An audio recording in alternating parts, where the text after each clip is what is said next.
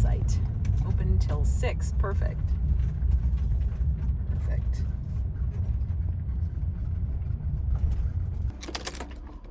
South Dakota is as far east as we're traveling this summer. But our friends Ed and Ann suggested that we stop in Hot Springs and check out the Mammoth site.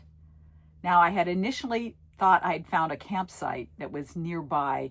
It's an Army Corps campground, but they were full. So we'll worry about that after we check out the museum. And that's the best part of having a van. We never worry about where we're going to sleep because we know we're going to sleep in our van. It's just a matter of where we're going to park it. And hopefully, when we're all done, we'll find a place to park. Welcome to the Mammoth site, where scientists are still uncovering the remains of Ice Age giants, right where they fell over 26,000 years ago. This all started back in 1974, when construction crews were digging for a housing development, and instead of hitting bedrock, they hit bone. Lots of it. What they found was a collapsed sinkhole, a natural trap filled with warm spring water that drew in thirsty mammoths. But once they slipped in, they couldn't climb back out. Fortunately, the landowner, Phil Anderson, realized he had something remarkable, and instead of building over it, he helped protect it. Working with Dr. Larry Eigenbrod, a paleontologist from Northern Arizona University, they formed a nonprofit organization to purchase and preserve the site. In front of you are two upside-down skulls. Slightly to your right is a skull next to Mike. To date, scientists have uncovered the remains of over 60 mammoths, mostly Columbian, plus a few woolly cousins.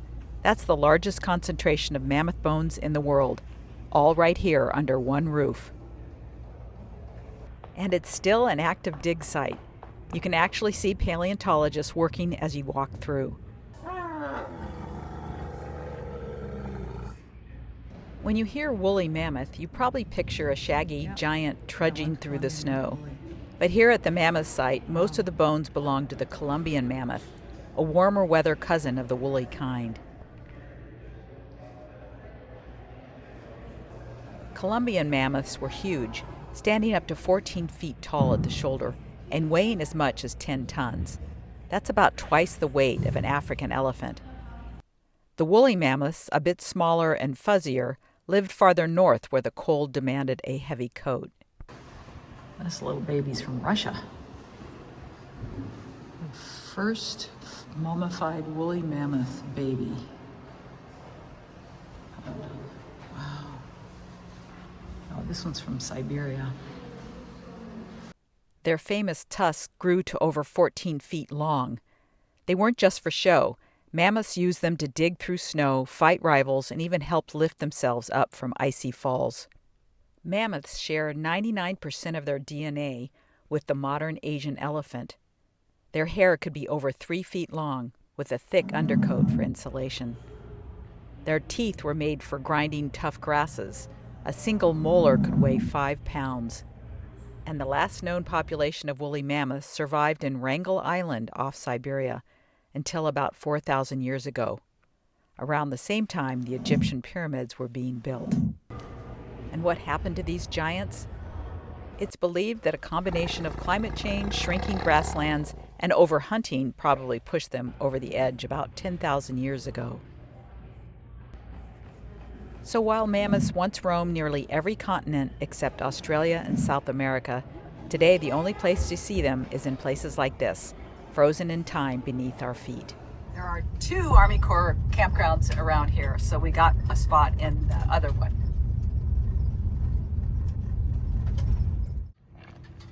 Nice little campground. And it's kind of chilly. Didn't think I'd say that again on this trip.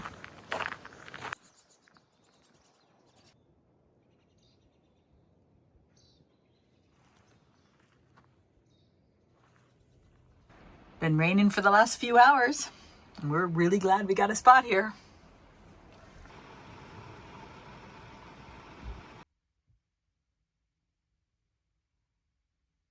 John's up early today. Why are we up early today, John?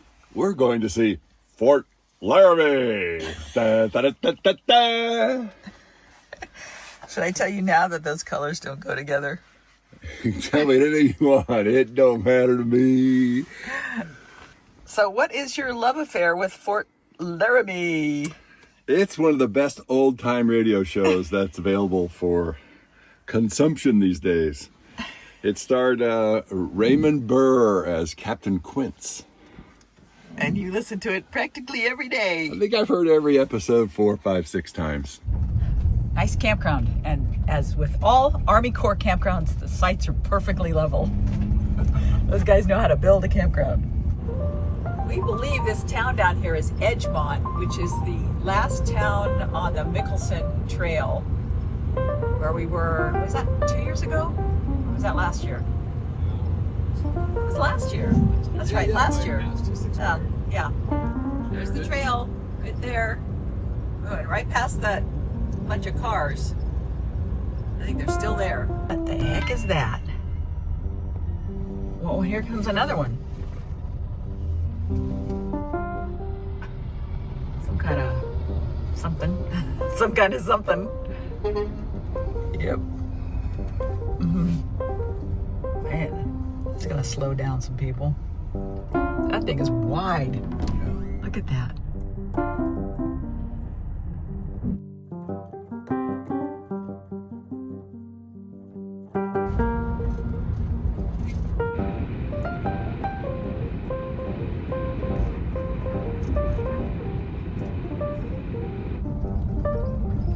And you have to say it, Fort Laramie, right? Fort. In 1,000 feet, turn left onto Miriam Street. The sign back there said 250 good people and 6 sore heads. Turn left onto Miriam Street.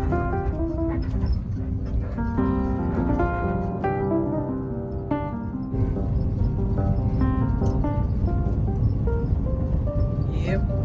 Got a fixer-upper here. Not just an iron bridge, it's the Army. Oh, there it is, right there.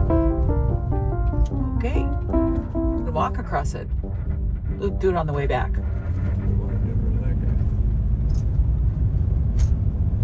In a quarter mile, turn right. And this is a fee-free park.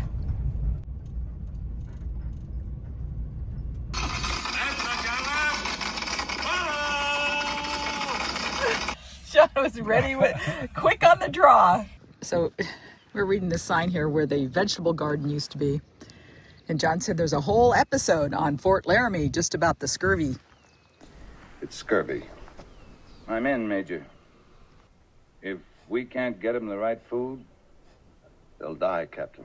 So they competed amongst themselves for the largest vegetables.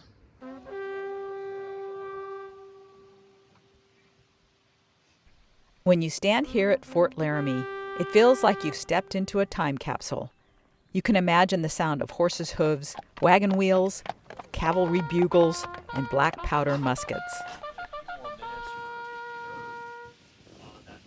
It weighs about 10 pounds, and this is a Model 1861 Springfield rifled musket. So it's going to have a rate of fire of about 2 to 3 rounds per minute, and it's going to contain a paper cartridge with a 58 caliber mini bullet. This is an inner 69 caliber paper cartridge here, and you could see it actually has a ball inside with linen twine, and then there's a little tail there. So what you would have to do with this 58 caliber would be the same process. The only difference is there's going to be an elongated bullet in it. And once the tactics and the commands are given to load in 9 times, those soldiers, by muscle memory, they had done it many times, would be able to start maneuvering. The command would be given, load in 9 times, load. At that point, I'm going to place the buttstock between my boots. I'm going to extend my left arm out, and the rifle will be roughly at a 45-degree angle. So I put the barrel out, right? I extend my left arm, and I prepare for the next command of grab cartridge. I'm going to take this 1858 cartridge box with my index finger and thumb, lift up the lid, the second lid, never easy, and then I'm going to pull out a paper cartridge. Now, with this process, I'm going to place it to my mouth because I'm going to tear the cartridge to expose, place it up to the muzzle, and prepare for the next command of charge cartridge. I'll prep by pulling out this ramrod to draw a rammer. This ramrod will be essential, right? because I have to get that round down into the breech of the actual gun. The actual tactics in Hardee's and Casey's manuals in the 1860s was to return the rammer. The next step will be prime. And at that command, I'll bring the rifle 10 pounds up into my left hand, bring it to my chest. I'll place my right hand underneath and go to this next cap box. And then fish around for a very small, what looks like almost a little top hat here. And this is filled with fulminate of mercury. It's like a little cap for a toy cap gun, right? And this is the actual explosive that will ignite the powder charge. So what I need to do is pull the hammer back, and with limited dexterity, I have to put this cap onto the vent.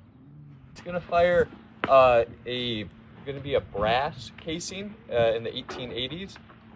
This weapon would use a copper casing. Similar to the brass casing would be similar to what we use today. I would just bring my weapon down, open up the trapdoor here, take the casing out of my belt, insert it, close it. Now it's a ready position, fully. Bring back the hammer here, and then ready, aim, and fire. So, a lot quicker than our 9 steps here. There's also no percussion cap. It's already built into the weapon to fire the bullet. Detail, load at 9 times. Load.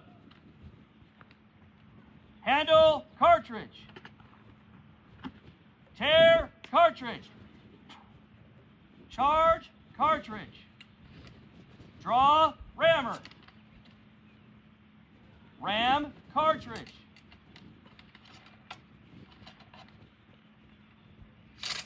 Return rammer. Prime. Ready? A. Fire. Detail. Fire at will. Whoa. Oh my gosh.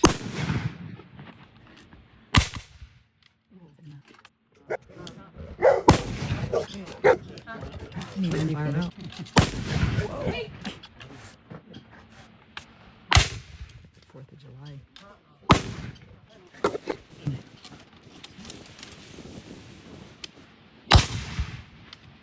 Okay. John says there's an episode on Fort Laramie about the guns. It happens, don't it, Monk? What happened? Men get themselves killed on account of having to stop and reload after every single shot. We would be using during the American Civil War the elongated mini bullet. And then these are the older, see, these are just some old lead. This is a 4440. So when Ranger Carpenter talked about the Winchesters and the Henrys, 14, 15 rounds in those old lever actions, this would be the round there. And then you can tell the superior 405 grain bullet. And this would have been the standard round that George Custer, as Jarrett mentioned, would have had at the Little Bighorn. The only difference is 55 grains instead of the full 70. If you were crossing the Great Plains in the 1800s, this is where you'd stop. A dusty stronghold where soldiers, settlers, traders, and native peoples all crossed paths. Fort Laramie sat where the Laramie River met the North Platte, one of the rare places with fresh water, good grass, and a natural crossing. 3 of America's great trails converged here: the Oregon, California, and Mormon trails, bringing tens of thousands of immigrants westward toward new beginnings.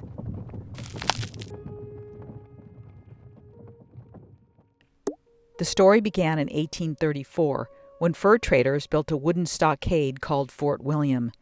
Later rebuilt in adobe as Fort John, it served trappers, traders, and native nations who gathered here to barter goods and news. When the fur trade waned, the U.S. Army bought the post in 1849, transforming it into Fort Laramie, the guardian of the frontier. By the 1840s, the Oregon Trail was alive with covered wagons, and the post became a crucial stop for weary travelers. It was where you could fix a wagon wheel, trade supplies, or just get news from the trail ahead. This place was the hub of the West. Explorer John Fremont and his guide Kit Carson stopped here while mapping the unknown West. Brigham Young and the first Mormon pioneers passed by in 1847, following the Platte toward their promised land. And in later years, General Sherman inspected the post, while Lakota leaders Red Cloud and Spotted Tail came to negotiate the Treaty of Fort Laramie, seeking peace and protection for their people. They found someone who looks the part of the bartender. Well, I think probably if I was an Eastern guy, I'd have some kind of a shirt. It'd be a bolo tie instead. I'd have this is a bolo kerchief. Yeah. So you really sell sodas, right? Fort Laramie, the radio show. He was Floyd the Barber at the Andy River show. He was the guy who... Oh, Floyd the Barber was did Fort Laramie on the radio? Yeah, he was the... I didn't know that. Yeah, he was the guy who ran the store. Wow. See, the trader would have operated this and hired a couple of guys to run it, and they usually were single old guys, and they lived upstairs, His name was Piney, and he had a good-looking daughter who was sweet on the Captain Quince. So yeah. Oh. I've listened to those shows far too many times. Wow, yeah, I remember I did a lot of radio, but it was like what did I like? Jack Benny, and then they had the Shadow. Did you remember the Shadow? My favorite was Fibber McGee and Molly. Oh, and then they had the Lone Ranger was on the radio. Gunsmoke, of course, was big. Did you ever listen to Fibber McGee and Molly? Yeah, I know the name, but I can't remember if I ever listened. Yeah, they would end up in the guardhouse in a minute. It's your root beer. Oh, root beer for you, and that's sarsaparilla. I've never had one. The mugs. Oh, really? And Well, that's a big bottle of beer. It's a big bottle. That's a big bottle. That's like 2 bottles.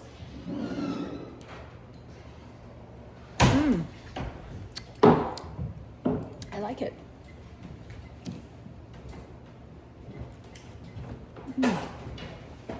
That's a good root beer.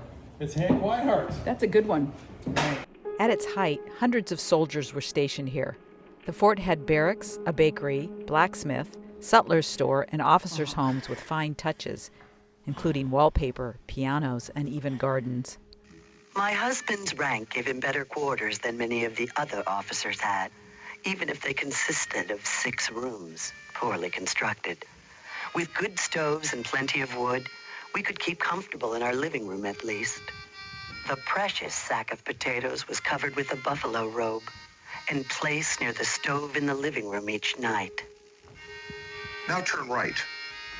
Continue down the hallway to the next room on your left. Life was rough. Dust storms, disease, and endless patrols wore men down faster than the battles did.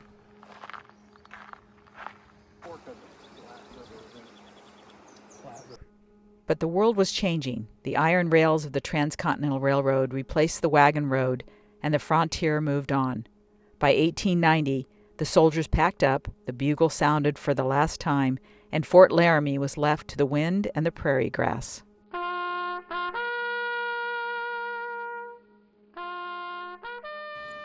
Wyoming's first public school opened here at Fort Laramie in 1852. Wow. This was the jail. Go check out the cells. Oh, what a pretty setting, though. So they built a new guardhouse in 1876. They spotted this prominent 2-story building first. It's a landmark, a symbol of Fort Laramie. Built in 1849, this is the oldest structure still standing here. It's also Wyoming's oldest military building and the oldest standing building documented in the state.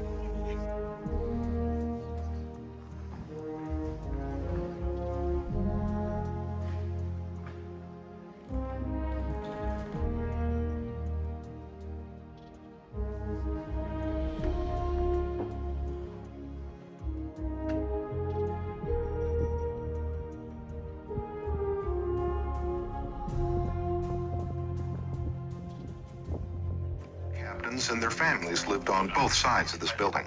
almost any equipment you need. By the nature of the military profession, officers were nomads, moving with their families from post to post. I would enjoy that. Some wives who came west needed time to adjust.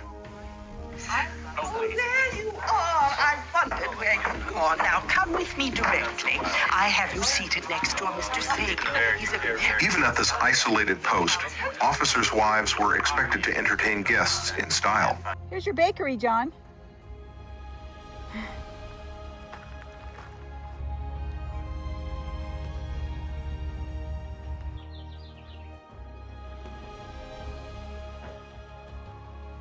Obviously, the mess hall.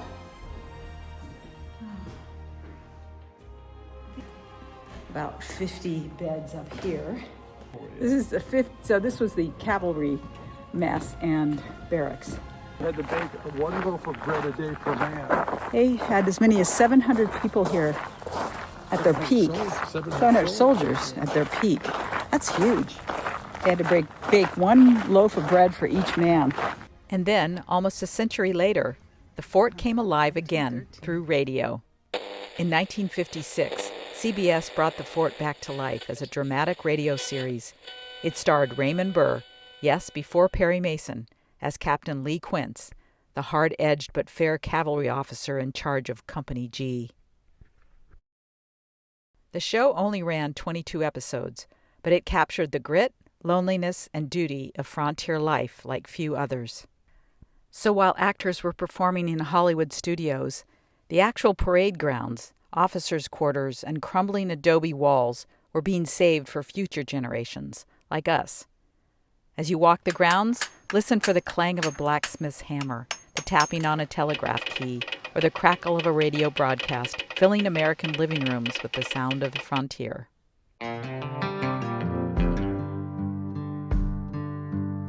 Nice picnic area down here. It's nice.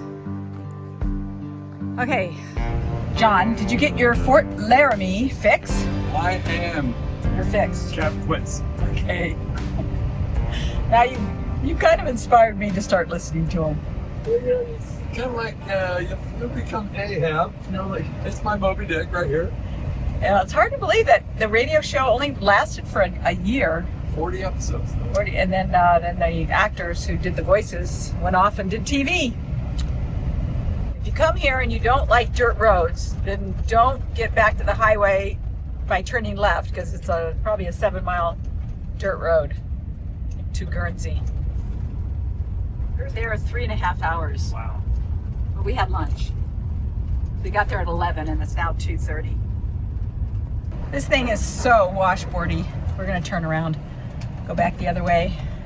Don't know why Google would send you down a dirt road if you didn't ask for it. Point turn. We're doing an Austin Powers here on the road. Yep. Only 16 more to go. Oh, you almost got it. It wasn't 16. It was more like 7 or 8. You know what? It was as long as it took that guy to load that rifle. What was it, 9 turns or 9 steps? That was amazing. I've not seen that before. But even if you're not a Fort Laramie old-time radio fan, I think you would enjoy the fort.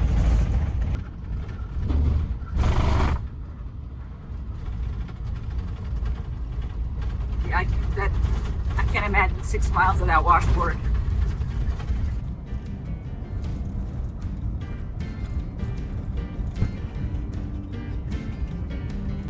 Confluence Trail, 1.6 miles.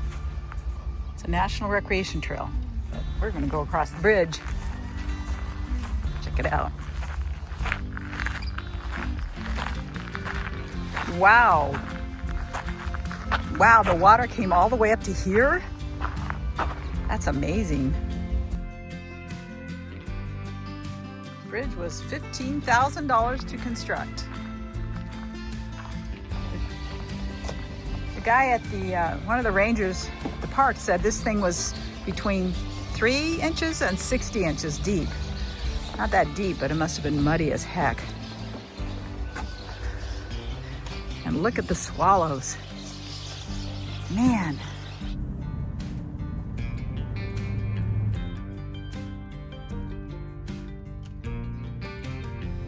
we made it to Cheyenne and we hung out at Lions Park for a few hours. Well, got a little later, and now we're gonna go probably spend the night at a casino. By the way, this is a beautiful park, and they have a botanic garden here. I wish we had gotten here earlier. We could have checked that out. So if you're ever in Cheyenne, Wyoming, come to Lions Park. John tells me it's called Frontier Park, but I saw a sign that said Lions Park. Well, maybe it's both. Who knows? It is Lions Park, but Frontier Park is right next door. Okay, we found home for the night. It says truck and RV parking only. What does that sign say over there? It says... Truck and RV parking only. No, it says no long-term parking or camping. Well, what do they consider long-term?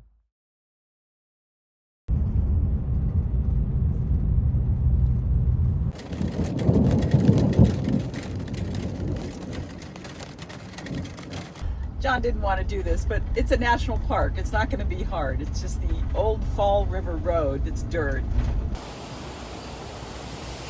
Come on, dude. Oh, aren't you cute? What a lineup.